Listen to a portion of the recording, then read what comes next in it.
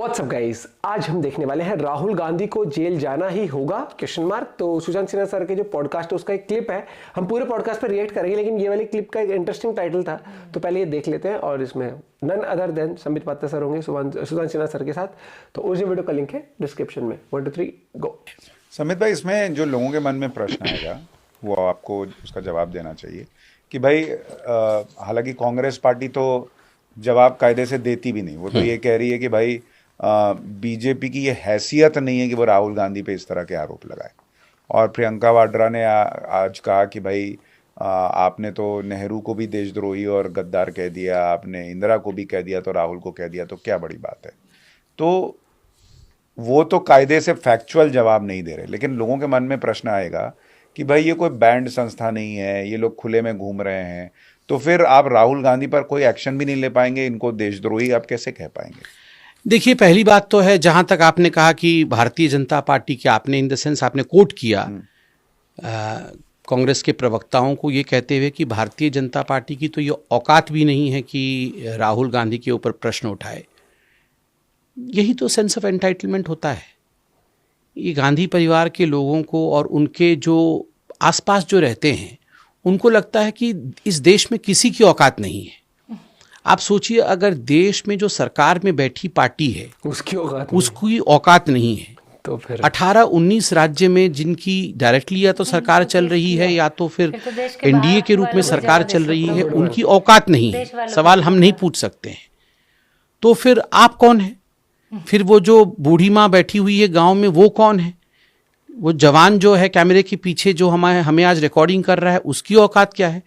जब सरकार की ही औकात नहीं है तो एक कॉमन सिटीजन की औकात को आप सोचिए कांग्रेस कहाँ रखती है। नहीं है सच में। ये आज बौखलाए क्यों हुए हैं? ये बौखलाए हुए हैं क्योंकि इनको लगता था कि ये देश इनकी बपौती है, इनके दादा परदादा दादी, इनकी माँ, इनके पिताजी यही देश चलाएंगे और किसी का अधिकार नहीं है देश चलाने का।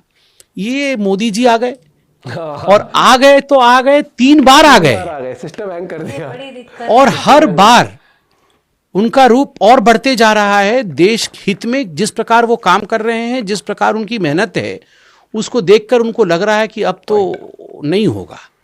तो ये बौखलाहट है। जब ये जो शब्दों का प्रयोग होता है ना, इनकी औकात ही नहीं है। ठीक है, हम गरीब हैं, साधारण परिवार से आके राजनीति कर रहे हैं, आप बताइए औकात नहीं है, जनता दिखाएगी कि इसकी औकात क्या है, वो जनता के ऊपर छोड़ दिया जाए। दूसरा विषय है कि अगर इतने प्रूफ हैं तो राहुल गांधी के खिलाफ कोई कार्यवाही क्यों नहीं हो रही है? किसने कहा कार्यवाही नहीं हो रही? आप देखिए, इसमें मैं आपको अभी एक आर्टिकल दिखाऊंगा जो कि 2022 में ये आर्टिकल है 2022 में इसी OCCRP ने छापा था। क्या आर्टिकल है? Graft accusation against Indian opposition leader sparks protest nation wide. इनको ये पहले से पता था कि नेशनल हेराल्ड के केस में ये केस आगे बढ़ रहा है।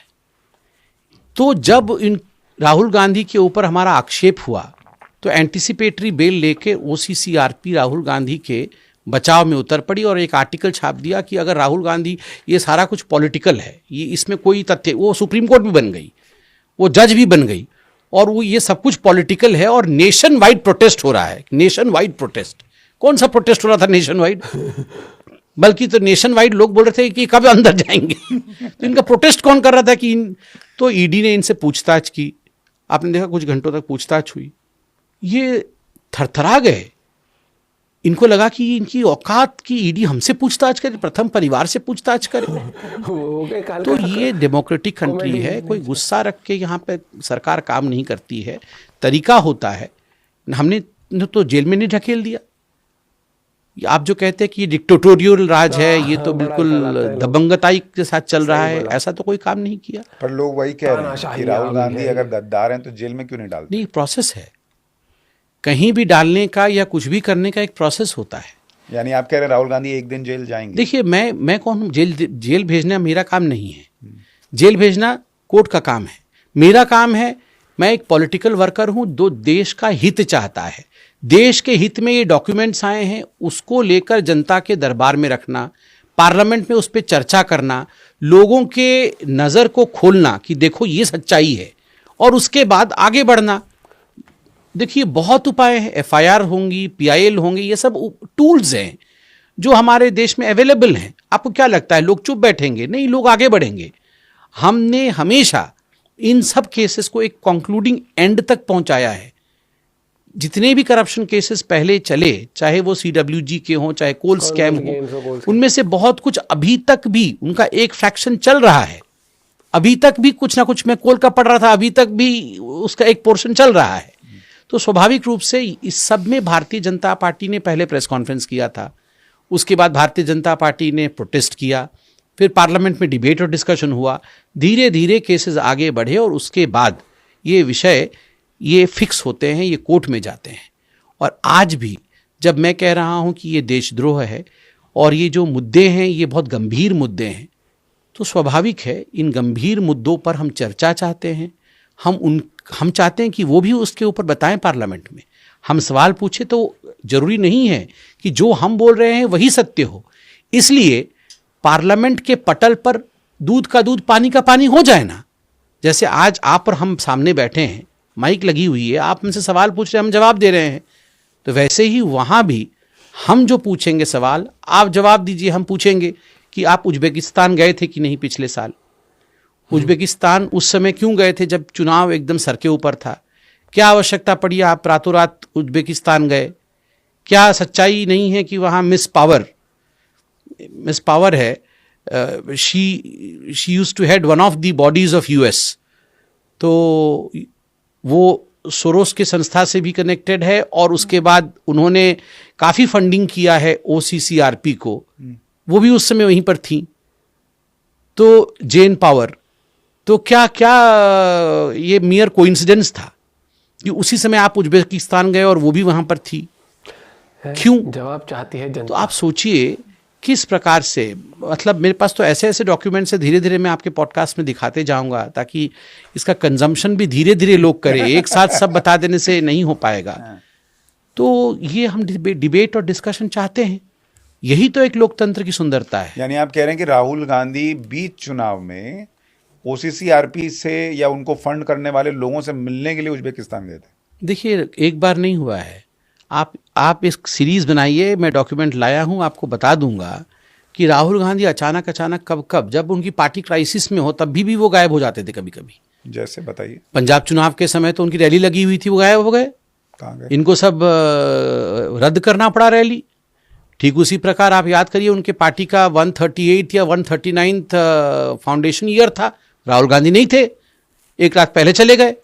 कहाँ? पार्टी वाले भी, यूएस, यूके, ये इटली, ये पूरी लिस्ट बनी हुई, एसपीजी तक नहीं लेके जाते थे अपने।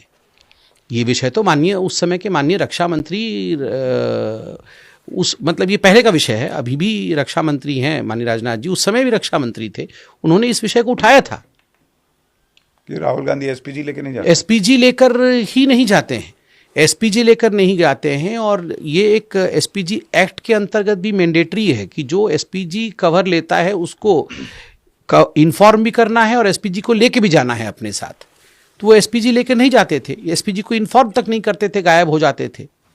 तो ये क्या ऐसा चक्कर चलता था उनका जो बिना एसपीजी के वो जाते थे? मैं कुछ आपको तो दिखाना आवश्यक है जिससे कि आप भी जाने कि आखिर वो जाते कहाँ थे। हाँ, ये अभी लोगों के मन में भी प्रश्न आ रहा होगा। नहीं, मैं बहुत कुछ, क्योंकि सारी बातें जो है ना यहाँ पे एक झटके में याद भी नहीं रहती है, इतना सारा कुछ राहुल गांधी ने किया हुआ है।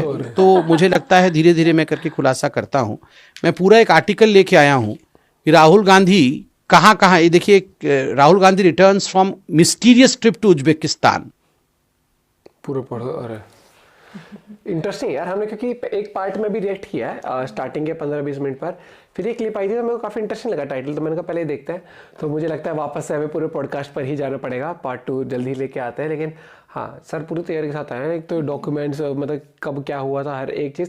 लेकिन मैं सिर्फ इतना कहना चाहता हूँ कि आपको एक चीज़ समझनी पड़ेगी कि जो हमें दिखाया जाता है ना, सिर्फ उस पर विश्वास ना करें। जब आपको पता होगा एक वक्त ऐसा आ गया था इलेक्शन के टाइम पे कि तानाशाही आ चुकी है, कॉन्स्टिट्यूशन, संविधान खतरे में है, संविधान खत्म हो जाएगा, संविधान को मोदी जी आएंगे रद्द कर देंगे, कुछ तब भी नहीं हुआ था। बस उस टाइम पर वो क्या कहते हैं ना कि एक वो हीट ऑफ द मोमेंट होती है, भाई यही मौका है, कैसे भी करके इस इंसान के खिलाफ बोल दो जो बोलना है कि ये ना आए। वो वाली बात है ना कि अगर मान लो आपकी किसी से नहीं बनती और आपका दोस्त उससे ज्यादा बनती, तो आप कई बार कुछ लोग होते हैं जो इतनी झूठ बोल देंगे उसके बारे में, या इतना बोल देंगे भाई वो तेरे बारे में अच्छी बात नहीं करता, वो कि उससे उसकी ना बने। तो आप अब पता क्या, एक सबसे अच्छी बात ये है कि आज के लोग समझ रहे हैं, लेकिन फिर भी जो वो कहते हैं उस टाइम व्हाट्सएप यूनिवर्सिटी कर रहे थे, लेकिन एजुकेशन इज इंपॉर्टेंट कमेंट में लिख जाते थे। मैं कहता हूँ कि एजुकेशन सच में इंपॉर्टेंट है, ताकि आप सबके लिए कि जो लिख भी रहे कि समझना चाहिए कि क्या आपको दिखाया जाता है, किस तरीके से दिखाया जाता है वो सच है, या फिर इन जनरल आप लाइफ अपनी देख रहे हो, देश में प्रोग्रेस देख रहे हो, देश को आप कंपेयर भी करते हो, पहले किस तरीके से चलता था अब किस तरीके से चल रहा है, किस तरीके से कॉन्स्टिट्यूशन काम कर रहा है, क्या कॉन्स्टिट्यूशन में खतरा आया है या नहीं आया है, कौन सी सरकार बेहतर काम कर रही है, वो चीज़ होती है। क्योंकि आपके पास वोटिंग राइट होता है, और उस राइट का मतलब होता है कि आप जब वोट डालने जा रहे हो तो आप ये देखो कि मेरे लिए और मेरे देश के लिए क्या बेहतर है, कौन बेटर है, जजमेंट। और वो भी एक दिन में नहीं होता कि 4 भाषण नेता के सुन लिया ओहो मजे ही मजे। आप काम देखते हो, आप एनालाइज करते हो, और फिर जब आप सरकार से खुश नहीं होते, आपको लगता है बहुत ही मेजर ब्लंडर्स कर रही है सरकार, तो फिर आप उसके अगेंस्ट भी जाते हो। हर एक चीज़ होती है आप, क्योंकि वोटिंग राइट है आपका। लेकिन वीडियो एडिटिंग बहुत गजब लेवल पर करके पेश करके और फैक्ट्स को एक ही पार्टी के अगेंस्ट करके, एक इंसान को सिर्फ हराने के चक्कर में बाकी पार्टी को इग्नोर करके उनके बारे में कुछ ना बोलना। तो कुछ यूट्यूबर्स आते हैं जिनके नाम लेने की अब जरूरत ही नहीं है, क्योंकि उनके नाम आप लोग जानते ही होंगे। तो बाकी आप अपना पॉइंट ऑफ व्यू शेयर करते हो, क्योंकि एक माहौल बनाया जाता है ना, वो टूल किट वाला और वो चीजें अब लोग समझ भी रहे हैं। लेकिन कुछ लोग क्या है कि वो बस मतलब मोदी जी को चाहते ही नहीं कि वो प्राइम मिनिस्टर बने, तो वो बस उस चीज में लगे रहता है कि कुछ भी बोलो बस, और कुछ भी मिल भी जाए। अपना पॉइंट ऑफ व्यू शेयर कर सकते हो। Bye bye, take care.